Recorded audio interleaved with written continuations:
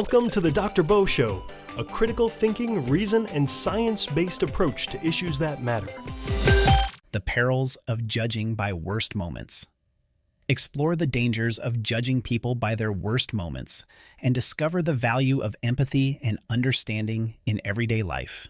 Hello, this is Jerry Sage, your host for this episode, filling in for Dr. Bennett.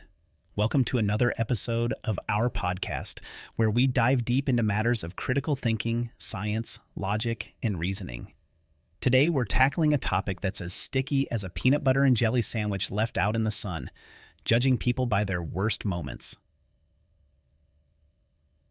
It's a topic that's increasingly relevant in today's hyper-connected world, where everyone has a front row seat to everyone else's life, thanks to social media. So, let's get into it, shall we? Why is it that we humans seem to have this irresistible urge to judge others based on their worst moments? It's almost like we're all in a giant reality show, constantly trying to outdo each other in the moral superiority department. Look at me, I would never do that, we say, as we clutch our metaphorical pearls. But is this really the best way to go about things? Black and white thinking. One of the primary reasons we fall into the trap of judging others so harshly is due to simplistic thinking. It's much easier to label someone as good or bad, rather than using the cognitive energy required to understand that people are complicated. Yes, even your Aunt Martha who bakes those amazing cookies has probably had a meltdown or two. It's important to remember that judging people by their worst moments gives us an incredibly poor view of humanity. If we were all judged this way, well, let's just say the world would be a pretty desolate place.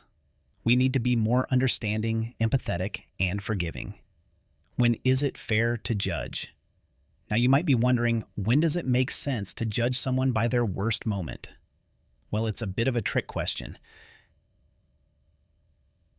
The only time it might make some sense is when their worst moment aligns with their average behavior.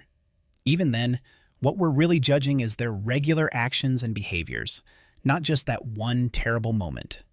Be particularly wary when consuming media.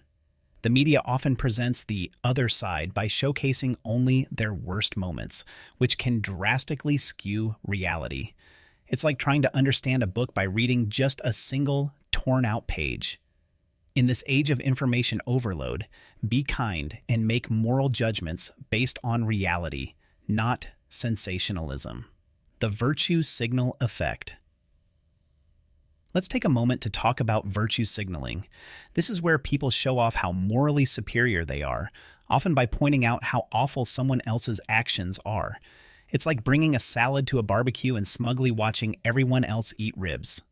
Sure, you might feel good about yourself for a moment, but it doesn't necessarily mean you're making a positive impact.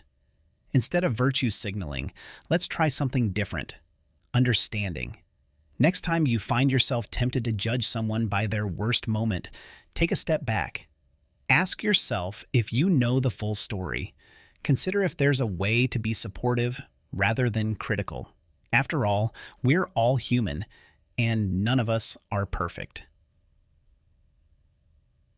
Final thoughts. As we wrap up today's episode, let's carry forward the idea that being kind and understanding is far more valuable than being a harsh judge.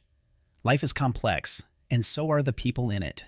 So let's all strive to be a little more empathetic and a little less judgmental.